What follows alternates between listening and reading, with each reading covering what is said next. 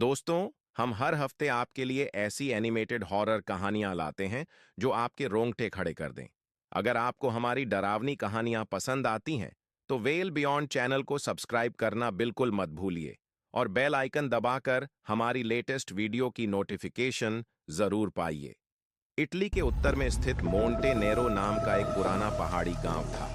चारों तरफ बर्फ से ढकी चोटियां, हमेशा धुंध में लिपटा हुआ इलाका और रात होते ही ऐसा सन्नाटा कि अपनी ही सांसों की आवाज डराने लगती थी। उस रात गांव की घड़ी ने 11:58 बजाए थे। आसमान में बादल बेहद नीचे उतर आए थे और दूर कहीं से एक पुराने अस्पताल की टूटी हुई सायरन की आवाज हवा में घुल रही थी।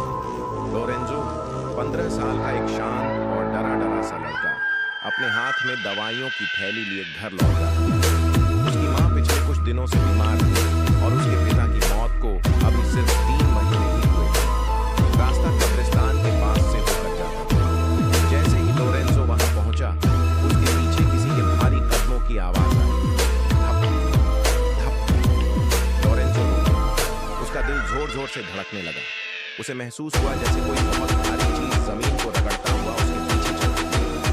उसने पलट कर देखा, कुछ नहीं, लेकिन तभी बादलों के बीच उस एक पल की रोशनी में उसने जो देखा, वही उसकी जिंदगी का सबसे भयानक दृश्य था। कब्रिस्तान के फाटक के पास एक अजीब सी आवाज आई। अलग-अलग इंसानों के शरीर के टुकड़ों से बना एक विशाल शरीर, कहीं से लोहे की रॉड, कहीं से कॉपर के तारें निकली और उसकी छाती के बीच एक खुला हुआ सीना, जिसमें दिल की जगह कुछ धड़कता हुआ था, वही चिंगारियां होती। उसके चेहरे का आधा हिस्सा जला हुआ, नाक गायब, दूसरी आंखें जली। उसके हाथ में एक लोहे का अधूरा शव, जिससे लोरेंजो का गला सूखा। उसके पैर अपने आप पीछे मुड़े और ताकत से भागने लगा। पीछे से अब भारी सांसों की आवाज आ रही थी और फिर झज झज, हवा में बिजली जैसी आवाज। लोरेंजो किसी तरह अपने घर पहुंचा और दरवाजा बंद कर दिया। लोरेंजो अपने चाचा मार्को के साथ रहता था, जो एक रिटायर्ड न्यूरो सर्जन थे। मार्को हमेशा कहते थे कि लोरेंजो के पिता कुछ ऐसे प्रयोगों में लगे थे जो इंसानी हदों से आगे थे। लोरेंजो जानता था उस मॉन्स्टर ने ही उसके पिता को मारा था। पिता की लाश जब मिली थी तो उनके शरीर पर इलेक्ट्रिक बर्न, एसिड के निशान और कॉपर वायर लिपटे हुए थे। एक रात लोरेंजो नींद में कांपते हुए उठा। कमरे में असहनीय ठंड थी। उसकी खिड़की खुली हुई थी, जबकि उसने हमेशा की तरह बंद करके सोया था।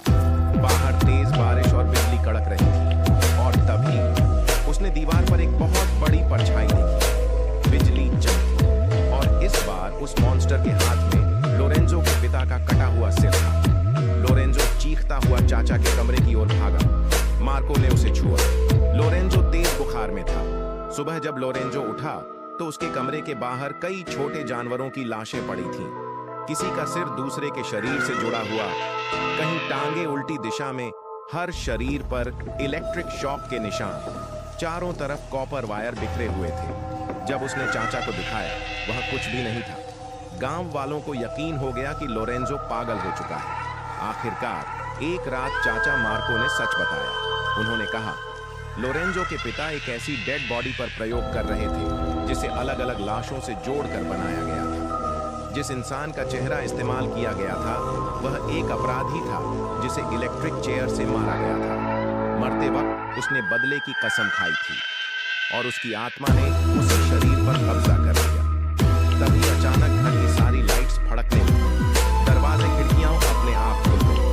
सड़ी हुई मांस की बदबू पूरे घर में फैल गई। कैंडल की रोशनी में लोरेंजो ने देखा चाचा मार्को के पीछे वही भयानक मॉन्स्टर खड़ा था। अगले ही पल एक तेज बिजली जैसी चमक और चाचा मार्को जमीन पर